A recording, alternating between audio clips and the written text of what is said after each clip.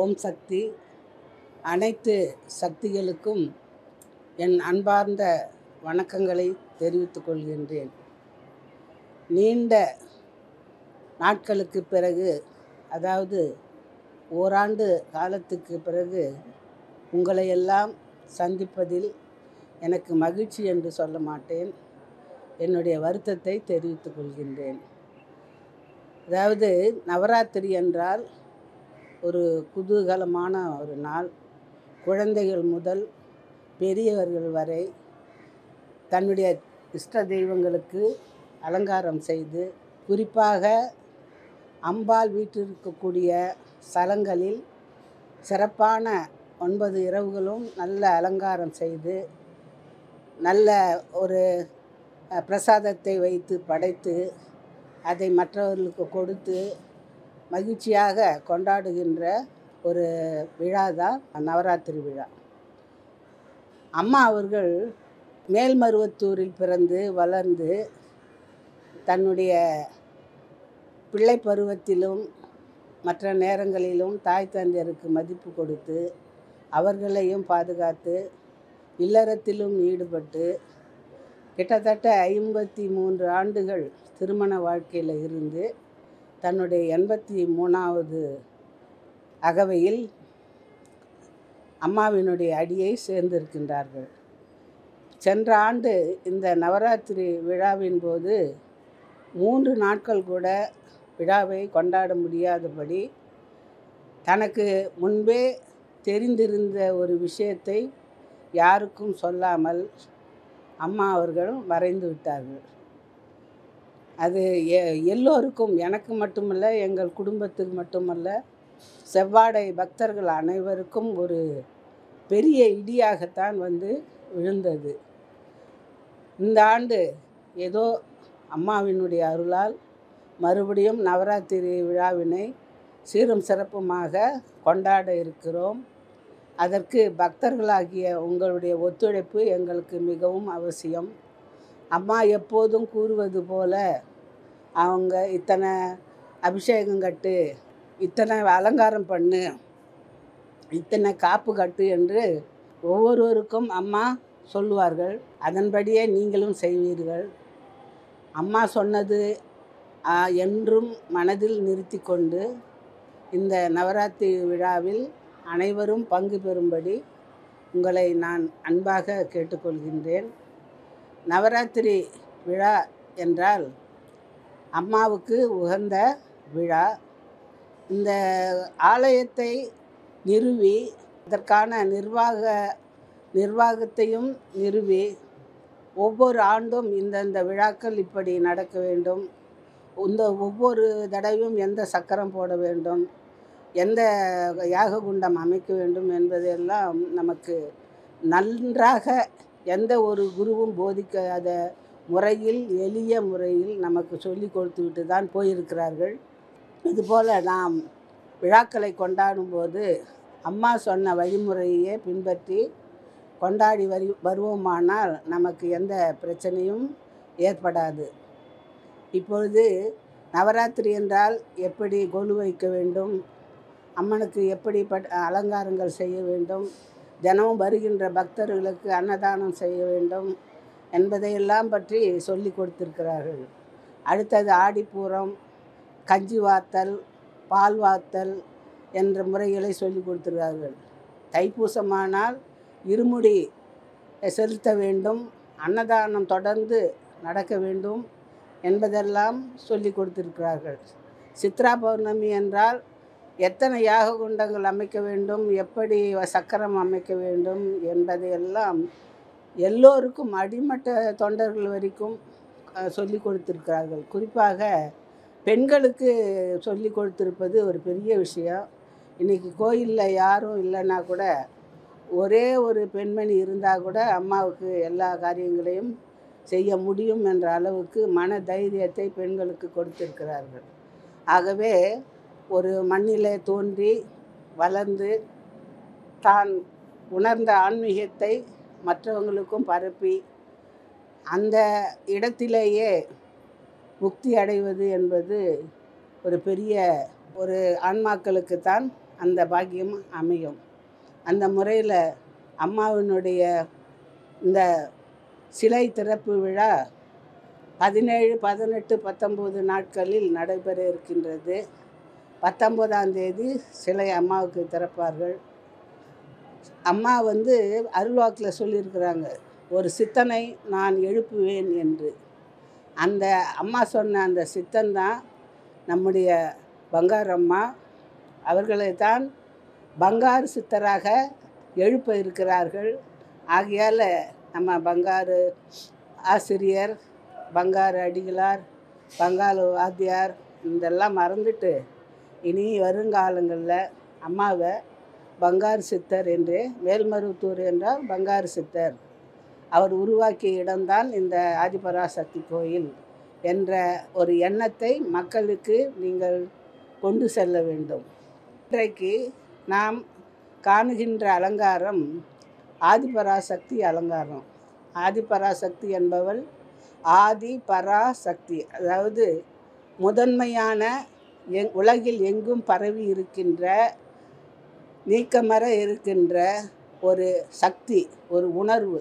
அந்த ஆதிபராசக்தி என்று உச்சரிக்கும் போதே நம்ம மனதில் ஒரு வேகமும் தெம்பும் ஒரு உணர்ச்சியும் ஒரு பக்தி மார்க்கமும் ஏற்படக்கூடிய ஒரு சொல் அந்த ஆதிபராசக்தி என்பது. அதாவது ஆதிபராசக்தி என்று சொல்லி பாருங்கள், கட்டாயம் உங்கள் உடம்பில் ஒரு புத்துணர்வு தோன்றும். அப்படிப்பட்ட ஆதிபராசக்தி இந்த மேல்மருவத்தூரில் வீற்றிருப்பது என்பது நாம் எல்லாம் செய்த ஒரு பாக்கியம். இன்றைக்கு அம்மாவுக்கு நவராத்திரி, நேற்று அமாவாசை அன்று அகண்டம் ஏற்றி வழிபாடு செய்தோம். இன்றைக்கு அலங்காரம் துவங்குகின்றது. முதலில் ஆதிபராசக்தி அலங்காரம் பார்ப்போம். ஆதிபராசக்தி அலங்காரம் என்பது அம்மாவுக்கு அலங்காரம் செய்வதில் ஒரு ஆனந்தம் ஏற்படும். இப்படி செய்யலாம், அம்மாவுக்கு இந்த நகை போடலாம், இந்த புடவை கட்டலாம், இவ்வளோ அழகாக செய்யலாம் அப்படின்னு அந்த 10 நாட்களும் பெண்கள் அம்மாவுக்காக தன் பிள்ளையை எப்படி அலங்காரம் செய்து பார்ப்பார்களோ அதுபோல் அம்மாவை அலங்காரம் செய்து அவர்களை தெய்வமாக வழிபடுவதில் பக்தர்களுக்கு மற்றற்ற ஒரு மகிழ்ச்சியாக இருக்கும். அந்த முறையில் இன்றைக்கு அம்மாவினுடைய அலங்காரம் மங்களகரமான மஞ்சள் காப்பு அலங்காரம். இந்த மஞ்சள் காப்பு சுயம்புக்கு செலுத்தி சுயம்பு அம்மாவை வழிபடுகின்றோம். அடுத்தது மங்களகரமான, அதாவது மஞ்சள் கயிற்றை, அதை மஞ்சள் என்பது உங்களுக்கு தெரியும், ஒரு கிருமிநாசினி. அடுத்தது மங்களகரமான ஒரு பொருள். அதை அரைத்து பிடித்து வைத்தால் அது விநாயகர். அந்த மஞ்சளையே ஒரு துண்டு எடுத்து மஞ்சள் கயிற்றில், தாலி கயிற்றில் கட்டி கழுத்தில் கட்டி கொண்டால் அது மாங்கல்யம். மஞ்சள் போடாத சமையலே இருக்காது. மஞ்சள் என்றாலே ஒரு மங்களகரம் என்று பொருள். ஆகவே ஆரம்பமே ஒரு மங்களகரமாக ஆரம்பிக்க அம்மை ஆதிபராசக்தி மாங்கல்ய கயிற்றிலேயே உடல் முழுதும் அவர்களுக்கு அலங்காரம் செய்து அன்னையை ஒரு மங்களகரமான மஞ்சள் நிறத்தில் பார்க்கும்போது மனதுக்கு மிகவும் மகிழ்ச்சியாக இருக்கின்றது.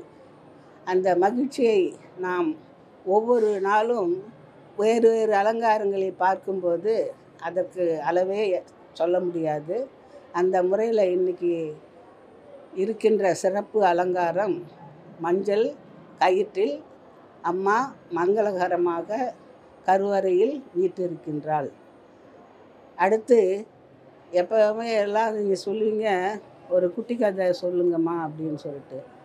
நானும் என் கதையை நினச்சி வருத்தப்படுற நேரத்துலேயும் உங்களுக்காக ஒரு குட்டி கதையை சொல்லலான்னு இருக்கிறேன்.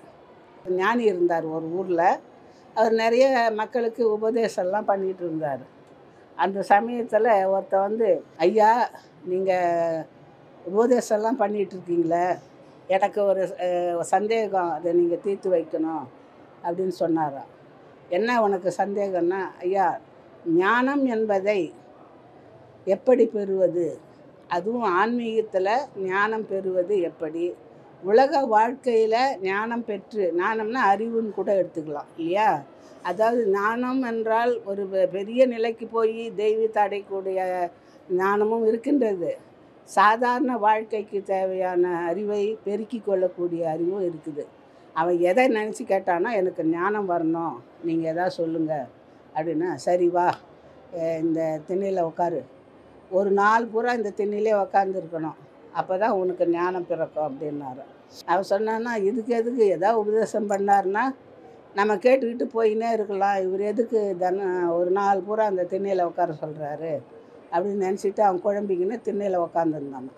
அப்போ காலையில் ஒரு கழுதை ஒரு பொதியை சுமந்து கொண்டு அவனுடைய முதலாளி அதை ஓட்டின்னு வரான், அது பின்னால் போயின்னே இருக்குது. அப்படியே போயிது. இதை பார்க்குறாரு அந்த சந்தேகத்துக்கு உரிய நபர், ஞானத்தை பெற வந்தவர். அடுத்தது அந்த நாள் பூரா உக்காந்துருக்கார். ஏன் இப்போ இதுக்காக நம்மளை நாள் பூரா உட்காந்துருக்கிற சொல்கிறாரு இந்த துறவி அப்படின்னு சொல்லிட்டு அவன் சலிப்பாக உட்காந்துருக்கிற டைமில் அதுக்குள்ளே மாலை நேரமும் வந்து விடுகிறது. மாலை நேரத்தில் அந்த கழுதை திரும்பியும் அதே துணையை சுமந்து கொண்டு வந்து கொண்டு இருக்கிறது. அப்பவும் இவர் பார்க்க இந்த ஞானத்தை பெற வந்தவன் பார்த்துக்கின்னு இருக்கான். ஏன்னா இந்த கழுதை போச்சு, மறுபடியும் சாயங்காலம் இந்த கழுதை அதே சுமையை தூக்கிட்டு வருது, இதில் என்ன இருக்குது அப்படின்னு சொல்லி அவன் குழம்பின்னு இருக்கான். நம்ம பார்த்தது இது தானே. அப்போ அந்த துறவி வந்தார்.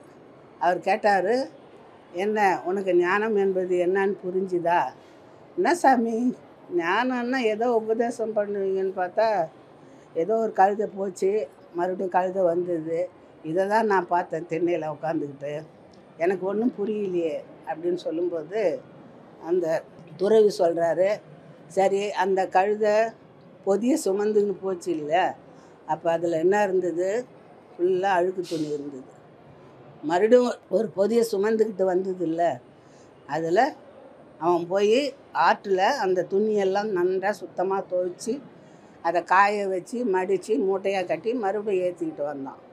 சரி இதில் என்ன நீ தெரிஞ்சுக்கிறேன்னு சொன்னால், இப்போ அது சுமந்து போகிற கழுதைக்கு இது அழுக்கு துணியா இல்லை இது சுத்தமான துணியானே தெரியாது.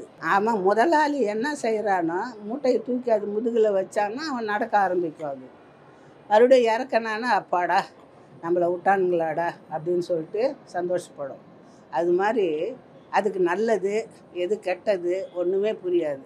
அது மாதிரி உலகத்தில் எதை பற்றியும் ரொம்ப ஆராய்ச்சி பண்ணின்னு இருக்காமல் நல்லது நடக்கும்போது ஆஹா ஓஹோ நம்ம ஆதிபரா சக்தியால் தான் இதெல்லாம் நடந்தது, அம்மா இல்லைன்னா எனக்கு இதிலே நடக்காதுன்னு புகழ்ந்து சொல்கிறதும், அப்புறம் ஏதாவது வாழ்க்கையில் வருத்தம் ஏற்படும்போது அந்த கோயிலுக்கு போனதே வேஸ்ட்டு அப்படின்ற மாதிரி நினைக்கிறதும் கூடாது.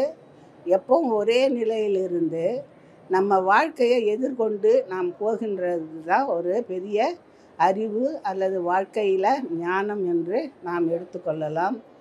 ஆகவே நானும் பக்தி மார்க்கம் இதெல்லாம் ரொம்ப பெரிய விஷயம்னா நினைக்காதீங்க. உங்களுக்கு அமைந்த வாழ்க்கையை அதன் வழியிலேயே போய் அதை நல்லது கெட்டது தெரிஞ்சு, அதுக்கு தான் நமக்கு 6 அறிவு கொடுத்துருக்குறான் கடவுள்.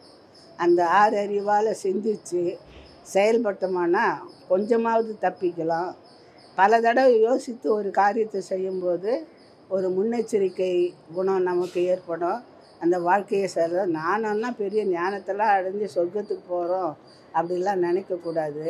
உனக்கு அமைந்த வாழ்க்கையை, உன்னுடைய வாழ்க்கையை நீ வாழ்ந்து காட்ட வேண்டும். அதுதான் ஒரு ஆன்மீகம். ஆன்மீகத்தில் ஒரு தொண்டு செய்யணும், தர்மம் செய்யணும், பக்தியாக இருக்கணும். நீ எந்த தெய்வத்தோடனே கும்பிடு, அதை பற்றி இல்லை. ஒரு குலதெய்வம் என்பதையும் உன் இஷ்ட தெய்வம் என்பதையும் உன் விருப்பத்துக்கு கும்பிடணும். ஆனால் அதை ஆன்ம திருப்தியாக சுத்தமாக பக்தியோடு, கலப்படம் இல்லாத பக்தியோடு, அதாவது ரொம்ப தீவிரமாலாம் வேணாம், நிதானமாக உனக்கு என்ன முடியுமோ அது தர்மம் செய். கடவுள் என்பவர் அது யாராக இருந்தாலும் மனதில் இருத்தி கொண்டு ஒரு பயபக்தியோடு வாழ்ந்தால் நம்ம வாழ்வு சிறப்பாக இருக்கும். அப்படி நீங்களெல்லாம் வாழ்ந்து கொண்டு இருக்கிறீர்கள். அதுவும் இல்லாமல் இந்த உலகத்தில் இப்போ ரொம்ப நடக்கக்கூடாத நிறைய அநியாயங்கள்லாம் நடந்து கொண்டு இருக்குது. பேப்பரை திறந்து பார்த்தோம்னாவே கொலை, அப்பாவையே பையன் கொல்றது, அம்மாவை கொல்றது, மனைவியை கொல்றது, மனைவி கணவனை கொல்றது, சின்ன குழந்தைங்களை கற்பழிக்கிறது, இந்த போகிற பெரிய இந்த கலியுகம்னு சொல்கிறாங்களோ என்னவோ அதுக்கேற்ற மாதிரி நடந்து கொண்டு இருக்கிறது. இதெல்லாம் உணர்ந்து வாழ்க்கையில் ஜாக்கிரதையாக இருந்து பிள்ளைங்களை ஜாக்கிரதையாக வளர்த்து நீங்களாம் வாழணும். நாளைக்கு மேலும் ஒரு அலங்காரத்தை பற்றி உங்களுக்கு சொல்ல இருக்கின்றேன். அதுவும் இந்த இந்த இந்த ஆண்டு நாம் எடுத்துக்கொண்ட தலைப்பு சப்த கன்னியர்களை பற்றி நாம் வரும் காலங்களில் பார்க்க போகிறோம். அதுவரை உங்களிடமிருந்து விடைபெறுவது ஓம் சக்தி.